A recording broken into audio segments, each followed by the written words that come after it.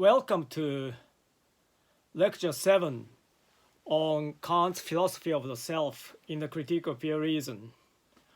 I'm still in Chapter 4, the problem of many minds. I'm going to finish up Chapter 4 today. By the way, as I always say, you have to have my thesis with you when you watch this video.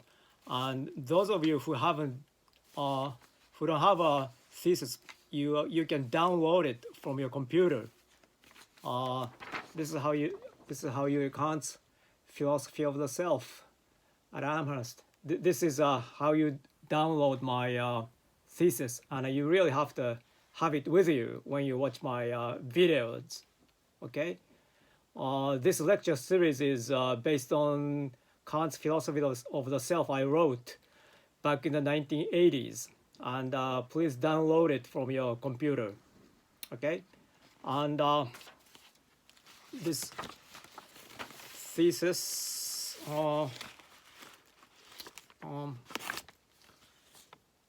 Kant's philosophy of the self, and directed by Professor Robert Paul Wolff and also Robert Slay. Well, Professor Slay was not an expert on Kant. He was an expert on Leibniz, but he was on my committee with Professor Robert Paul Wolff. And this is what you should have when you watch my videos. Okay? And in this paper, the chapter 4 is the problem of many minds. And I started with page 17. Now I'll talk about Hume today. And in the prolegomena, Kant said, I was awakened by Brit Hume. Well, no, not Brit Hume. I was awakened by David Hume from the dogmatic slumber. That's what he said in the prolegomena, which he wrote 2 years after he published the Critique of Pure Reason. And I should refer to Hume today. Now on page 17, I wrote this many years ago. According to Kant, the noumenal self is a free moral agent who is also a lawgiver to nature. By insisting on the plurality of the noumenal selves, he also has to admit the plurality of the law of nature. In other words, it should be possible for there to be as many laws of nature as there are people. Kant has no way of providing that all human minds give exact the same law to nature. Kant's philosophy is aimed at correcting the mistake David Hume made. Nevertheless, he seems to have returned to the Humean doctrine of subjective necessity. For Kant, the law of causation has to have objective necessity. It is not, contrary to what Hume said, a subjective habit of the mind which unites cause and effect, but it is an objective connection which has to be between them. It is not a lucky accident that the subjective propensity of mind fits in with the objective structure of nature. Okay. There are many people. There's not only one human being. Many people we have, like as I said, there are about 6 billion people in this world. And even if Kant says the human mind, the human understanding is the lawgiver to nature, if there are many people, I mean, it's not necessary for all those 6 billion people to give one and the same law to nature in which they all live. So that Kant was awakened by David Hume, and he also criticized David Hume. I mean, critical pure reason is also a criticism of David Hume's philosophy. Now, for Hume, there's no necessary connection between cause and effect. There's no objective connection between flame and heat. Now, you put your finger into the flame, then you feel the heat. But flame and heat are distinguishable. And even if you feel heat after you put your finger into flame, I mean, you really cannot prove what Britt Hume said, not Britt Hume, David Hume says, you cannot prove there's a necessary connection between flame and the heat. Or there's no necessary connection between ice and cold. So what is a connection? Well, according to Hume, you put your finger into the flame and you feel the heat, and you repeat it many times. So after repeated observation of the heat following the flame, you develop in your mind the habit to connect the flame with the heat. So there really is no objective connection between cause and effect. We can never experience we can experience the flame and we can experience the heat, but there's no way we can experience the connection. So what is a connection? What is the law of causation? What is the law of causality? Well, Hume says that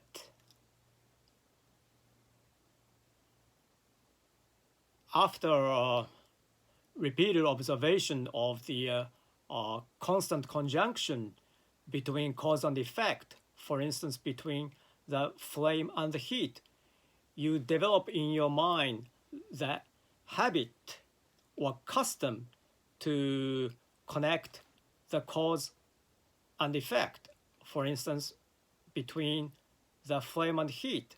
But there is no connection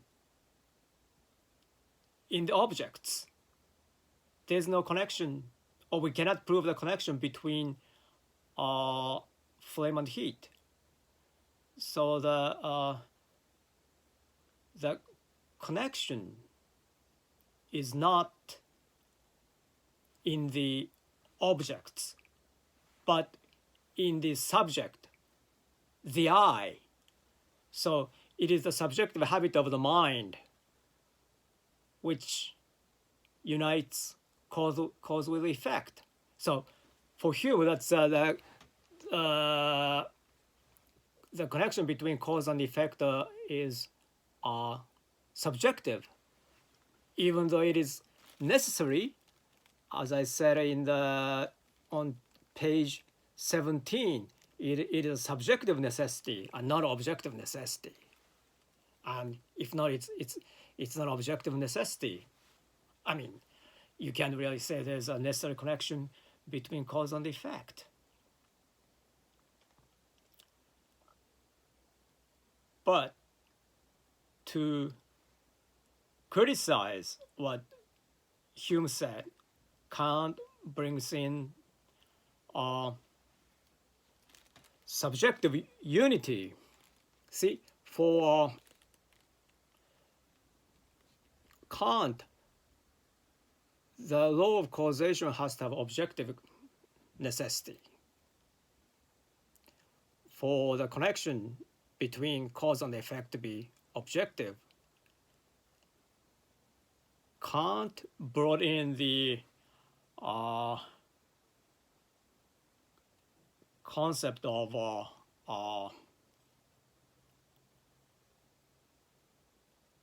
subjective unity.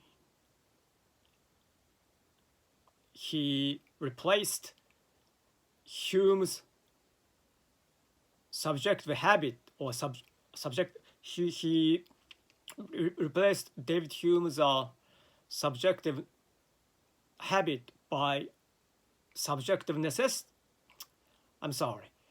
Kant replaced Hume's subjective habit by subjective unity, one unity,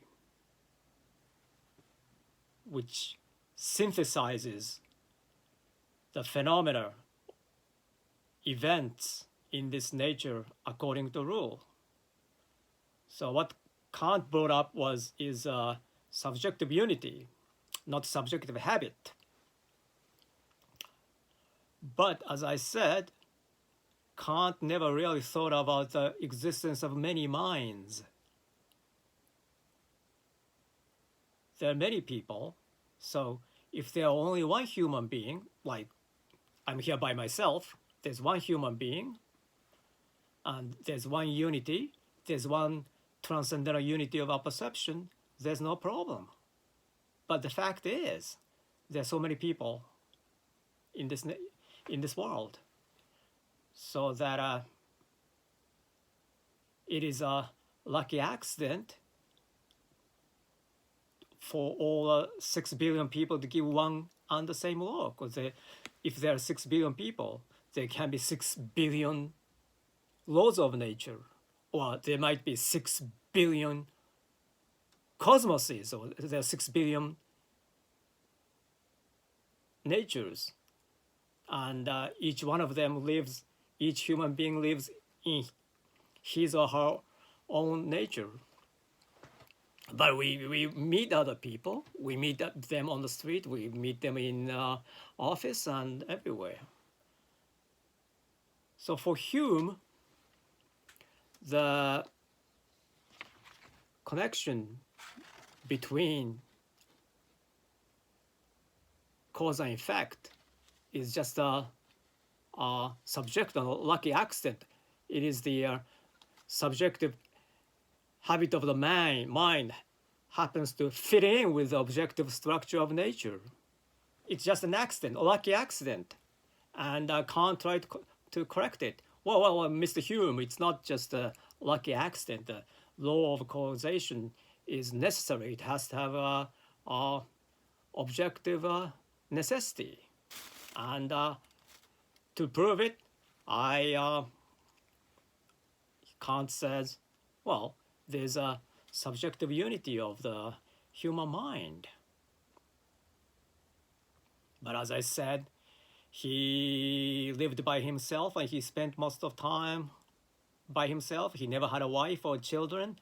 And he never really thought about the existence of other minds. So Kant never really realized or never thought about that many people happen to give one and the same law to nature. So when we think about the problem of many minds, Kant is faced with the same problem as Hume. Now,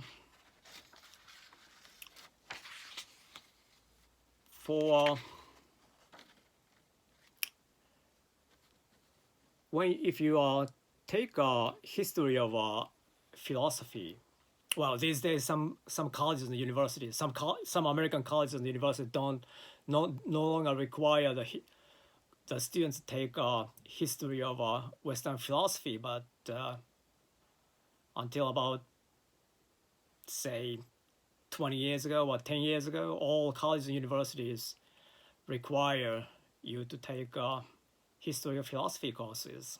maybe you had to take 2 of them before you graduate. And when you take history of the 17th and 18th century philosophy, professor starts teaching from Descartes.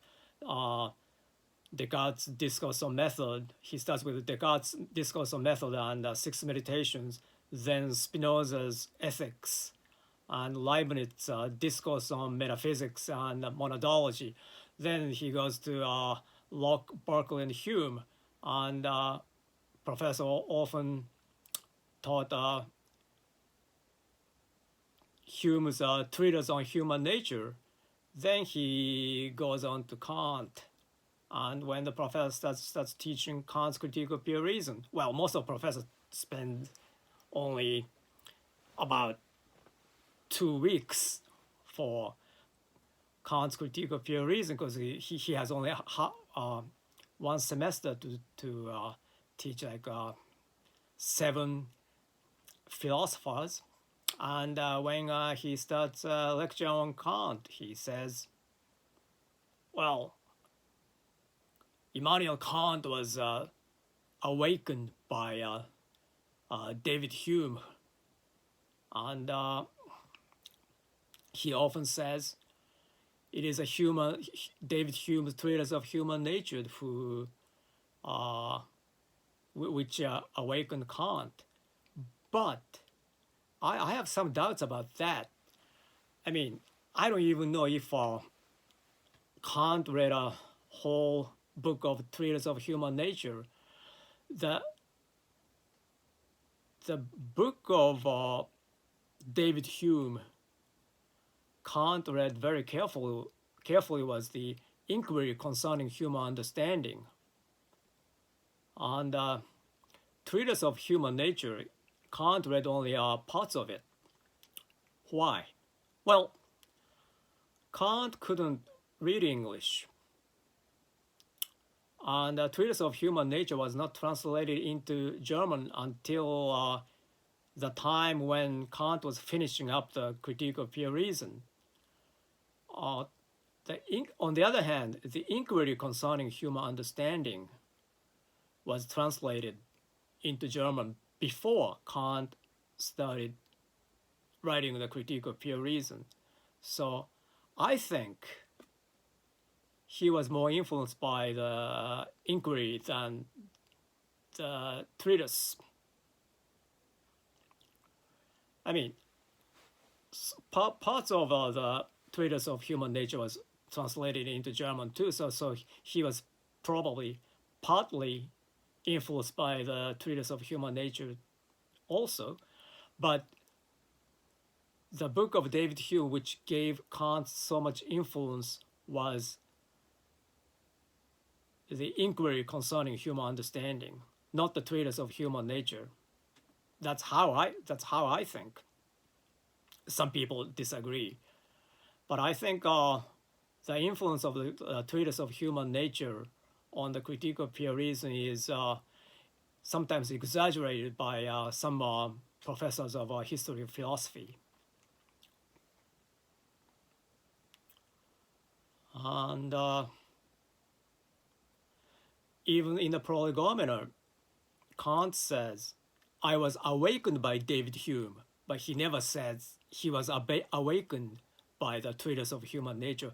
Nowhere in his writing Kant ever said, I read Hume's treatise of human nature.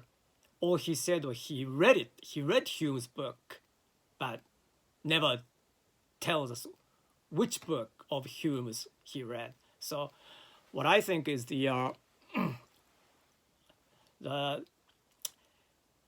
is that Kant was more influenced by the inquiry concerning human understanding, and the influence of the treatise on human nature on Kant is limited. Now, so that for Hume, there's no objective connection between cause and effect, or there's no logical connection between cause and effect, because the connection is in the I, the mind, the subject. So for Hume, all there is between cause and effect is the subjective association and not objective connection. There's no logical connection between cause and effect. So the connection between cause and effect is on the mind, the subject. That's why I said all there is subjective association, not objective connection. Because by having observed so many events in this nature, after repeated observation of the one cause and effect, he just develops in the mind the habit or custom to connect cause and effect. So that the connection between flame and heat, the connection between ice and cold, the connection between cause and effect, there's no logical connection. The connection is made by the mind. So the connection between cause and effect is not logical, but psychological, mind-dependent.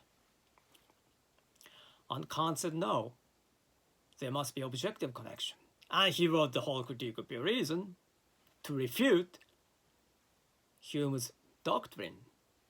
And Kant maybe succeeded, but only if there are only one human being in this phenomenal world, Kant is right. But as I said, there are many people, so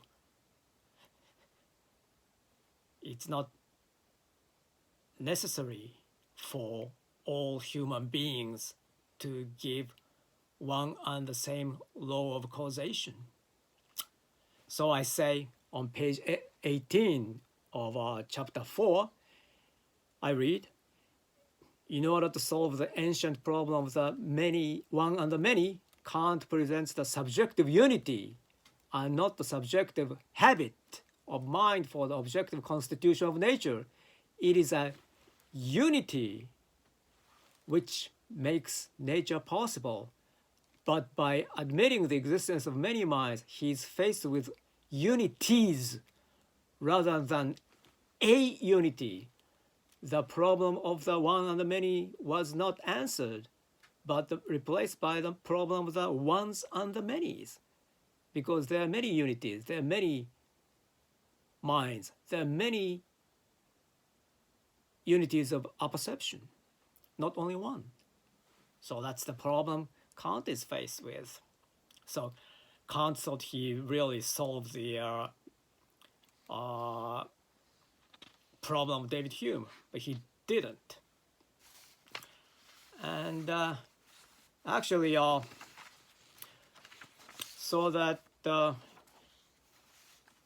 Kant says in the famous passage in the Critique of Pure Reason that the human mind, the human understanding is the lawgiver to nature. That's why we live in the world, which is very well organized.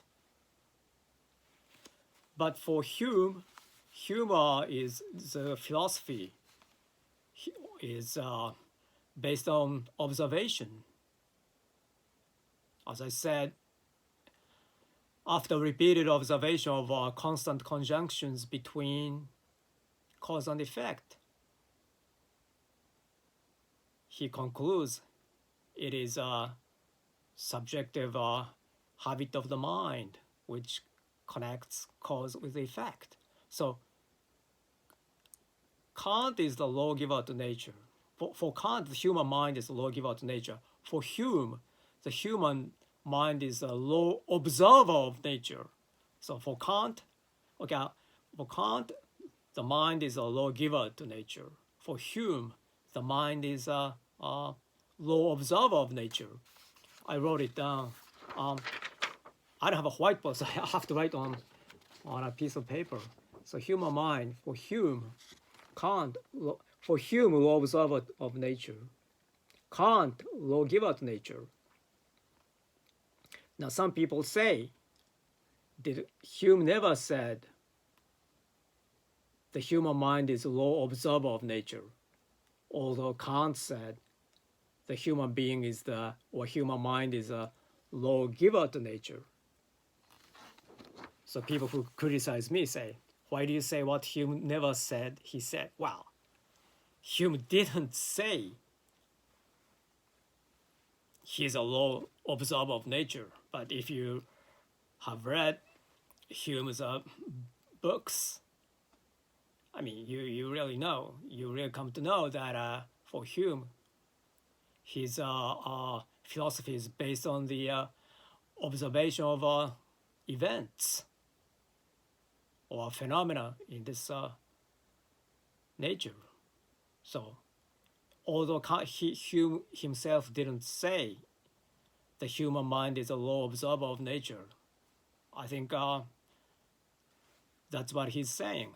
Well, some people who also criticize my lectures say, well, why do you say phenomena in general? Kant never said phenomena in general. No, he didn't.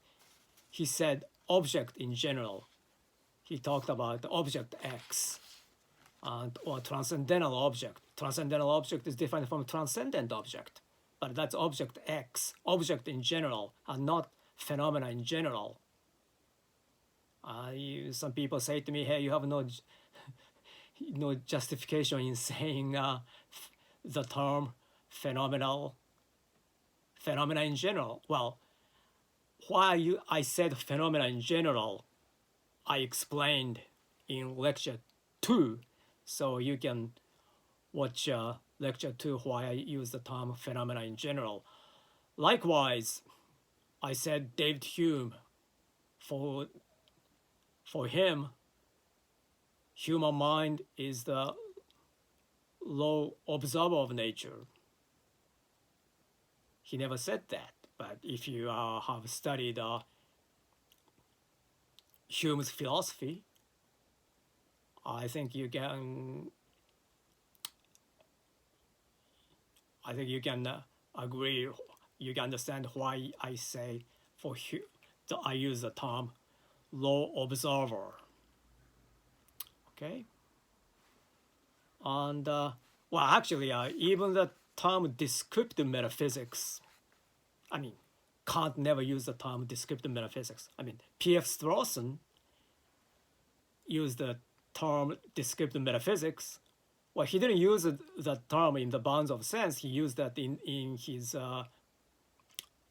other writing, The Individuals. But Strawson applied descriptive metaphysics to Kant's critique of pure reason and wrote The Bounds of Sense. But descriptive metaphysics, I mean, Aristotle never said descriptive metaphysics. If he were told that 2,000 years from now, there would be a Scottish man called Brit Hume, well, not Brit Hume, there would be a Scottish man called David Hume who would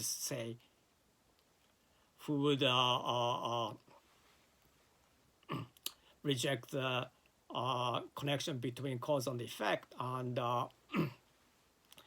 there would also be a man named P.F.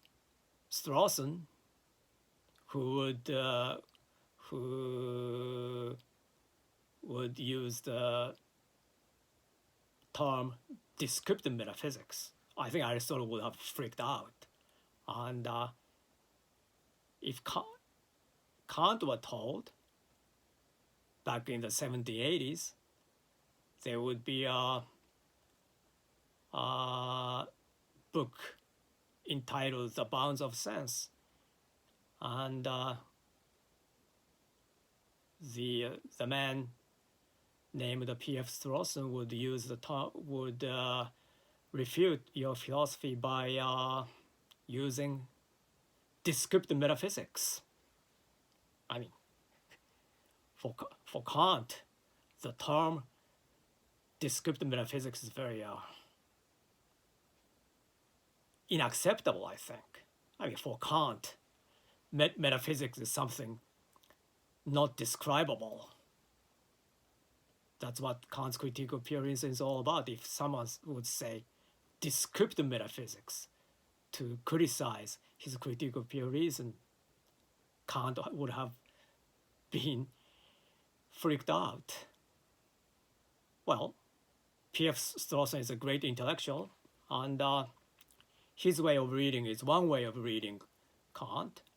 It's one very good way of reading, but if Strawson has the right to use the term descriptive metaphysics, I can say for Hume, the mind is a law observer, whereas for Kant, it is the lawgiver to nature.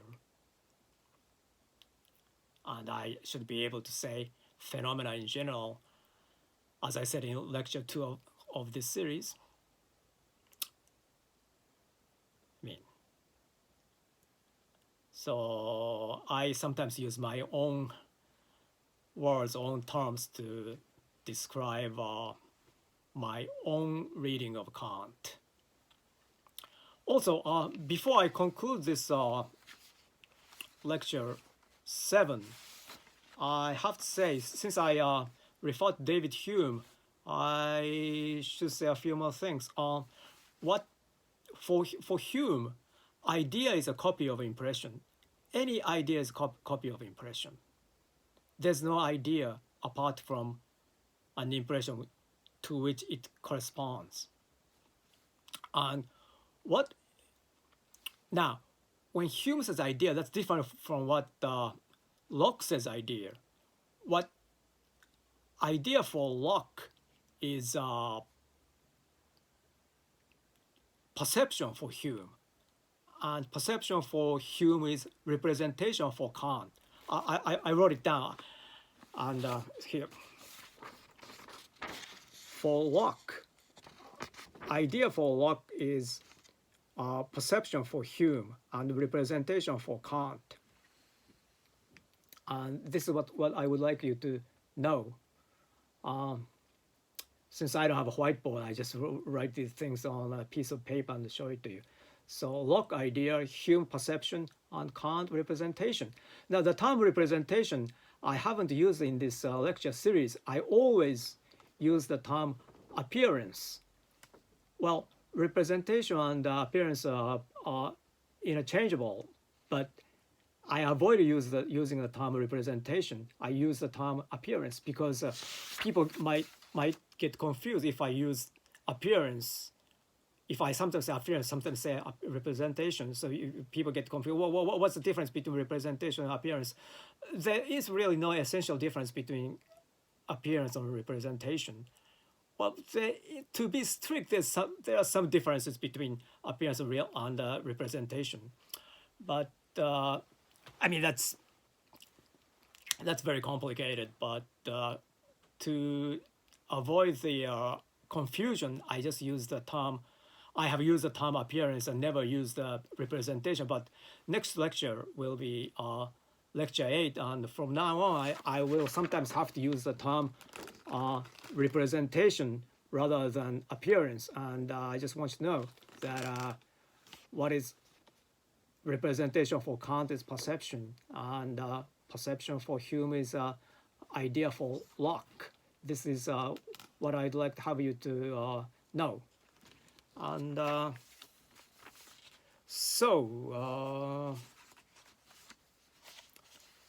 plus intuition. I explained about all kinds of intuition, sensible intuition, non-sensible intuition, intellectual intuition, pure intuition, and pure form of intuition. Sometimes when Kant says pure intuition, it often is an abbreviation, pure form of intuition, but sometimes he makes a distinction between pure form of intuition, pure intuition. I talked about all those things, all those kinds of intuition in lecture 4. But even in lecture 4, in which I talked about so many kinds of intuition, I never talked about the empirical intuition. For the same reason, I didn't use the term representation, and I used the term appearance instead of representation. I used the term sensible intuition instead of empirical intuition.